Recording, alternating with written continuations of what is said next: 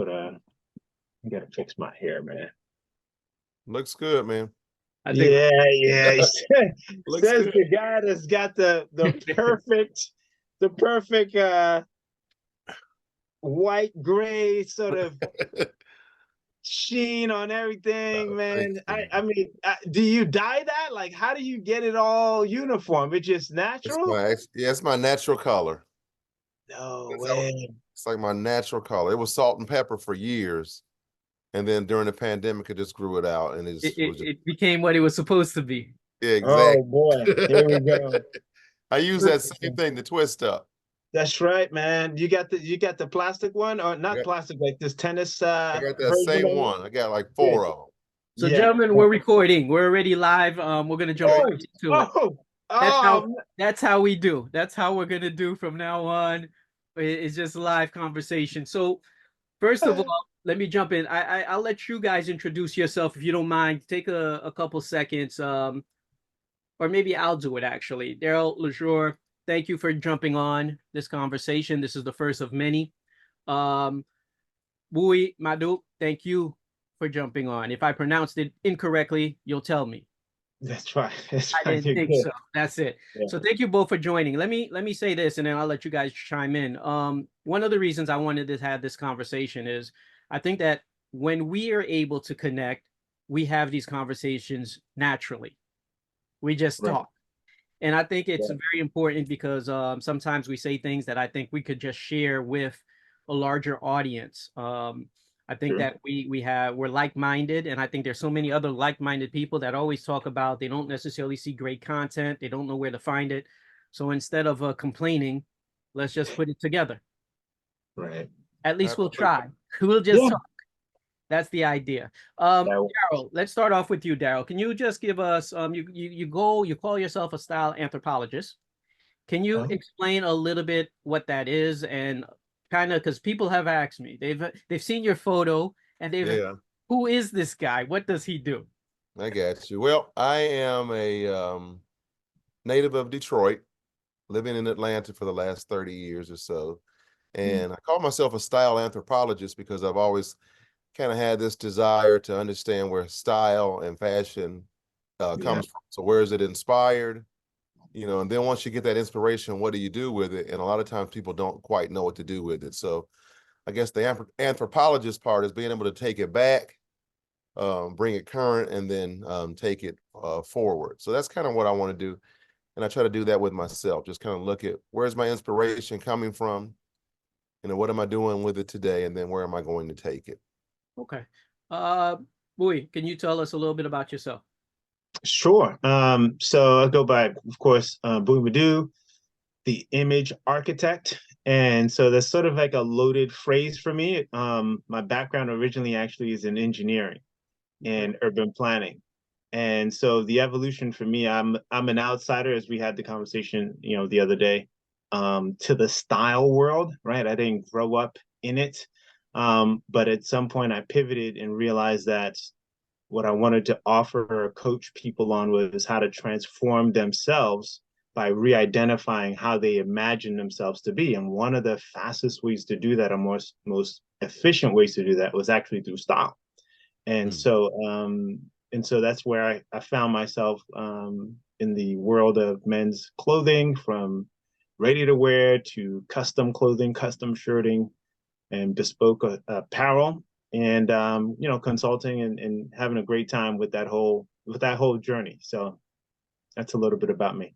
Well, I'm going to actually go back to that, and I'm glad that it's the two of you that I'm having this conversation with because there's Yeah. a few things I'll bring up after, and I'm curious to hear your answers on them, your thoughts on it. Sure. First thing I wanted to do, gentlemen, is go over issue 6. I don't know if you've had the time. Actually, what we're going to do from here on out, there it is only talk to people with the magazine. It's going to be a rule for no I'm cheap. not mad at We that. only talk to people that have the magazine. First and foremost, gentlemen, I don't know if you've had a chance to dive into it. Boy, I know you've received yours recently. Um, Right. as a contributor, first of all, I want to find out why were you willing to contribute to the magazine? And let me put this out there right now. This is Yeah. not a fluff thing. We're not here Yeah. to stroke each other's ego or anything like Yeah. that. if anything you guys say I don't feel is right, I'm gonna call you out on it, as I hope you do the same for me Absolutely. on our P's and Q's always. So having said that, why do you think No Chaser is relevant? That's actually the question for you. Why is No Chaser relevant, first of all, and why Yeah. did you decide to contribute? So, first, the first thing that actually happened, if you remember this, was I ordered a copy of No Chaser, right? Before really even knowing you or even having too many conversations with you, I just say, hey, can I get a copy of No Chaser, right? So that first copy that I got, I was able to sort of get a sense of the direction and just the experience of it. I don't think I'd had a magazine like that was like I don't know, like a video, not a video, a photo essay type of display with great stories. So, and one of the things that stood out to me was just this idea of the universality of style. I kind of feel that that resonated with me. That one of the things that holds us all together is a sense of style, whatever that might be. Whether it, however you style yourself in Kenya to how you style yourself in the South, we still all have this common identification with. There's a way that we want to show up. There's a way that we imagine ourselves to be. So that message just kind of spoke to me. And then when you mentioned the opportunity to contribute to it, I think, well, one, like yourself, I think there's some voices and perspectives that aren't represented in how they are articulated. And I'm sure, Darryl, you can understand, or at least identify with this as a style anthropologist, is that the origins of things over time, they just kind of get, lost. Sure. And nobody really addresses it. Everybody sort of sees it as, flossing or doing it too much, or whatever the thing is. And sometimes I would like to be at least an advocate for an authentic voice of the origins of things and or perspectives or ways to look at things, especially given my background coming out of like a technical engineering background and how I apply that to style. I think that's something that people can identify with or at least think through. So it's just an opportunity to make an original contribution. And then the other thing too, from the conversation you and I had, is your vision for the magazine, which was to just really have something that was almost like a speak easy, had a speak easy context of style, um, like speak to people who have an appreciation for it, who have an who get what they get out of it, and beyond just the commercial value and appeal of it, but they just it just resonates with them at a deeper soulful level, which I'm about. So any way that I can contribute to something like that is meaningful for me, and that's what you're created a platform to be able to do. And I think that's one of the things you presented that was compelling for me to say, yeah, let me do this. Thank you. Darryl, Yeah. talk to me a little bit about No Chaser from your perspective. What do you think? So, for me, I like relevance and I like things that are attainable. And if you think about this global world that we live in, everything is not always accessible, everything's not always attainable. But I think what you put in there is relevant, as I said, and it's like something that resonates. So I'm kind of a hospitality guy. I grew up in the restaurant industry, worked for a restaurant company for many, many years. And one of the things that was most impactful is the ability to touch and reach people, because everybody has a story. And when you read No Chaser, you start to see real stories, you see real impact. And it's not a magazine that's trying to sell something other than inspiration, ideas, and thoughts. And I told you some time ago, the issue where you're writing letters to your children. I mean, that is something that is very real. And I think it's something that you wouldn't see in a lot of mainstream style magazines. It's almost like a twist that takes you away from, all right, it's not about a jacket or a tie, pair of glasses. This is real life, human, what I would call commonality and reaching and touching people. Yeah. Thank you. You both have experienced Pitti Uomo. Let's go right into that, actually. Darryl, you've been there a few times. Buihe, have you been there? How many times have you been there? Wow. You don't remember, bro? I was No, there. but I know I remember, but I want to hear And if I'm correct. you were the advocate. You were the sponsoring voice that said, "Man, you This got to dude. You go have to to the go. Disneyland of men's clothing." And But I I was just like, want to make sure because what happens is it ends up once you go, you'll realize that after you go one or two times, the numbers can't go fast. So I want to just make sure was it last season your first or was it the "Yes." season So before? this January was the first time that I'd come to Pitti Uomo. Yep. January. Okay, that's what I thought. You didn't go back in June, did you? I wasn't No, sure. no, Okay, I would have January. loved. So Yeah, I've always said that for those who don't know, I've always said that Pitti Uomo was the Disney World of men's clothing, men of yeah, style. It's one of those things that there's so many different things you can see. It's almost like going to Disney World. You go to Epcot Center or you go yeah. to Magic Mountain. You go to all these different sections, and there's too much to do on one visit. Sometimes you Yeah. have to just do a little bit. Tell me a little bit for the first time going, Buihe, for yourself. Can you, Yeah. because I have people always asking me, should I go? Should I go? And first, tell me about that experience. First of all, why did we have that conversation of even why should you go? Yeah. Oh man, that's it's sort of at some point everything starts to Yeah, that's what blur, it's. right? And melt together. So I'm not sure what it was. It could have been maybe a post that you did or something that I just sort of realized like, hey, it was time for me to, for years, I'd always imagined or wanted to attend and participate and just see what was there.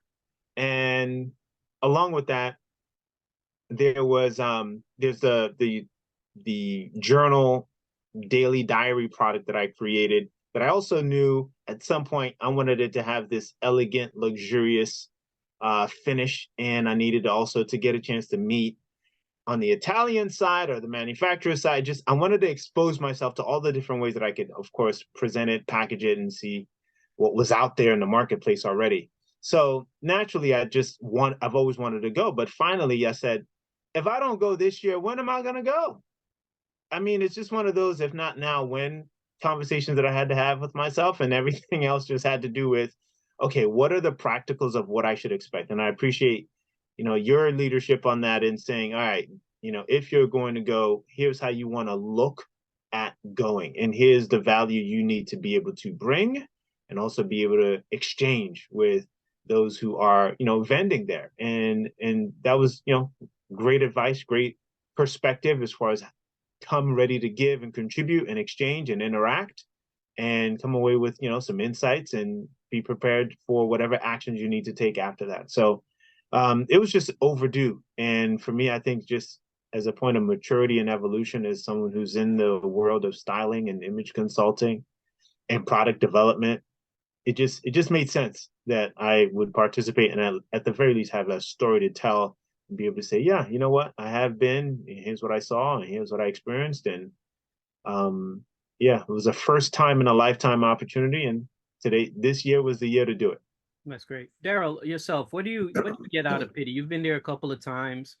Yeah, I went to the winter show of last year. I went to, let's say I've been to a summer, a winter, and I'll be going back again, obviously, for the winter show. But for me, there's a commonality of language.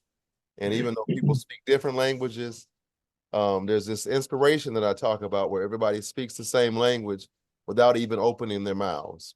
So Right. when you see Guerre and you see Ontario and that team, and then you see all these different people, different ethnicities, and you even see you see the women and the way they're dressing. But for me, it's this common language of I appreciate and I value what you're doing. Even if I wouldn't wear it, I respect it and I appreciate it.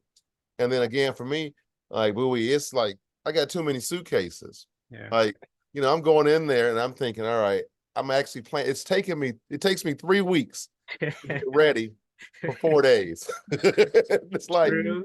half the True. stuff in there I'm probably not gonna wear, but I got it. It's like my arsenal. I'm going out to battle. That's And I right. got all kind of artillery. But I mean, I'm ready. And for me, it's this common language, even though you don't even have to open up your mouth. I think the beautiful thing about style is exactly what you just said. I look at it that way. I think as you were speaking, I was thinking about, for example, when you're walking down the street and there's another guy and he just acknowledges you for no apparent reason. You know, there's this thing that this a sense of we understand each other, and that's why we acknowledge each other. And I think with style, it's exactly that. It's exactly as you said. If a guy's wearing a suit and tie, and I'm wearing something completely different that day, I may be in my camouflage pants or whatever it is, no jacket. We could look at each other, make eye contact, and still acknowledge each other. There's something there, and I think it is a matter of style. Like you said, it's a universal language, and the beauty of it is, Pitti, to be able to go where all these nationalities converge, not speak the same language, but still be able to smile at each other and acknowledge each other as you go by each other. I think that's the beauty of style, because I think, and not necessarily a plug for No Chaser, but the idea is to talk about what makes us, what we have in common, as opposed to our differences. When we talk about our differences, we really won't have a conversation. We'll just argue. But if we're talking about what we have in common, we can actually build something together. And I think that even with style, it begins with that. The fact that we can smile at each other, acknowledge each other, and say, damn, you look good. I may not wear it, but damn, you look good. Yeah. The fact that we can do that opens the door to a potential conversation, to a potential relationship, that, you know, you'll never know where it brings, but at least it gives you that opportunity. You know, for me, it's the Olympics without trying to get a medal. So everybody has prepared and everybody shows up and everybody wins because you don't have this hubris attitude of, oh, I look better than you and you look better than me. It's just this appreciation of that. We all practice this and we live by it and we do it every day. And here it is. So, actually, that's going to bring me into, like I said, this isn't planned out or anything. This is just a conversation. But when you play at a different level, you know you play at a different level. That's true. And it's funny because as you were talking, Darryl, I'm listening to you, and my first thought was the man on the I'm thinking of the Olympics, and the guy on the platform and he's on the top row getting the gold medal. Of course, he's gonna say, you know, we're all in this together, knowing that he won the gold medal. so, so when you know what you're doing, there's no competition. Yeah, absolutely. That is very, very true. Yeah, yeah. Competition. I think that and that's one thing I wanted to know about you guys. I wanted to ask. Actually, I'll jump right into that because there was basically three questions I did want to bring up. One was the issue. Number two was Pitti Uomo, and then I wanted to discuss dressing the person versus dressing the body, which I think is very important. I think that for myself, I couldn't be a stylist because I've done it, but I don't think that's my calling because I would probably try to dress a person like I would want to dress. And when you're an image consultant, what's wrong with that? It's not for everybody. It can be hazardous. But I think that when you understand that, I'll let you guys talk because that's where really, what is the difference between dressing a person versus dressing the body? Yeah, Buihe, for me, dressing the person really is understanding who that person is. And I always talk about guys need to feel confident, not always comfortable. Because I think if you can feel confident, then that comfort comes with it. So what I mean by that is this whole analogy of it is very easy to put on a sweatshirt and a pair of jeans. That's easy. But it's a little bit more different, and you can be very confident in it because you're comfortable. But it's a little harder to put on some clear acetate frames or a purple jacket with a really beautiful hat because you guys are both comfortable, but you're also confident in it. So I don't want to dress someone's body. I want to dress someone's character and their content and really bring out who they are as an individual, as a man. Interesting. Boy. So you reminded me there was something I wanted to add to sort of part of maybe the inspiration with contributing to the magazine. which was there's a book that I just wanted to create or write, and at the very least, some of the ideas I could share could be captured, right, in written form as far as the No Chaser publication. And that book was about, or is about, styling what I call the legend, right? So you might remember this conversation where I mentioned that every human being has this story that they are that they embody, that they're looking to tell. And that story sometimes is told through an instrument. If they're a saxophone player, they're telling that story through the musical notes that they play, through the music selection, through the genre that they decide to perform in, you name it. And so when it comes to clothing, I'm a believer that, and similar to what Darryl said, that in styling and bringing out the character, what I'm listening for is the legend. What's that story that that person feels like they don't have an opportunity to tell verbally, or if they told it verbally, maybe nobody would listen or nobody would believe them. But if someone were to see it captured or illustrated as far as their attire and their wardrobe, people might rethink what they thought they knew about that person or what they understood about that person. And so for me, it's really been like the art of extracting that story and abstracting that story and then putting it together in a look and having someone say, oh man, I really look like the story that I am and the legend that I am, right? Because we really look at the origin and behind legend is sort of a story sometimes of unknown origin, right? Or a story that's repeated that to a point where people don't even believe it anymore, but they know it and they sense it when they see it and they can resonate with it.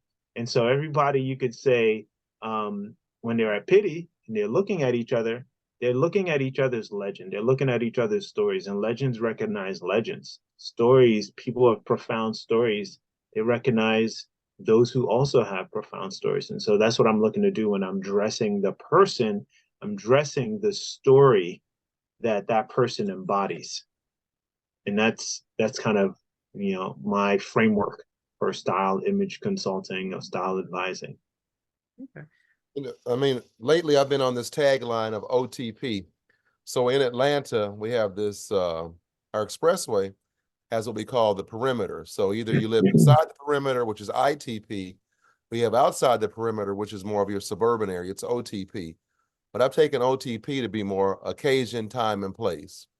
So I might have a guy come to me and he's like, hey, I need to get ready for this event. So I think about what's the occasion, what time is the occasion, and what's the place. So you need to be honoring of where you're going. You're not going to wear a bathing suit to a wedding, and you're not going to wear a tuxedo to the pool. Now, maybe we might, and it looked pretty cool, but, but it's all about occasion, time, and place. And I think that story, Buihe, that you're talking about is really, it's your brand, it's your calling card, it's who you are. And it speaks before you actually open up your mouth. Yeah. How important is it? Actually, because we have about 7 minutes. How important is it to look good? Or why is it important? Or is it important? I don't know. People think it's shallow. I don't think it's shallow. Again, I think it's your calling card. And I'll never forget being at an event, and this particular person sells clothes here in the Atlanta area. And he was there was a party, and I remember this gentleman walking up to him and saying, hey, you don't know me, but because I bought clothes from your store on the worst days of my life, I put those clothes on. And when someone complimented me, it made me feel 100% better about who I am. So I don't view it as shallow. I view it as, hey, it is really important to look good. It speaks before you speak. Yeah. So to answer that question of does it matter? So it's inside of that legend that I mentioned, in the story that I'm trying to tell on behalf of another person or help someone tell. There's a part of us that wants to exhibit our best, right? And our best isn't something that we want to be captured in anything that looks less than best, right? So whether it's physique or someone getting a haircut whatever it is, these are all things that we do or participate in to be the best representation of the character that we are playing in the legend or in the story. So it's not just a matter of like, does it matter or does it not matter? It's as important as the character that you want to play. And if the character you want to play is a character that you want to be taken seriously, or be, considered or listened to, then you have to ask yourself the question, am I an embodiment of that character that would be listened to, that would be heeded, that someone would, admire or aspire to be like? And and it all leads to, okay, how I present, how I show up, and categorically someone saying, oh, wow, that looks good, right? So it matters to look the part of the character that you want to play. And the character that you want to play, I don't think any of us wants that character to be in a dim light.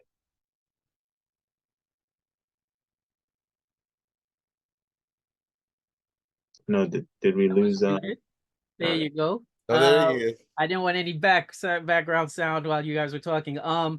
I think we'll end the conversation here for today. Once again, I would love to do this with you guys regularly.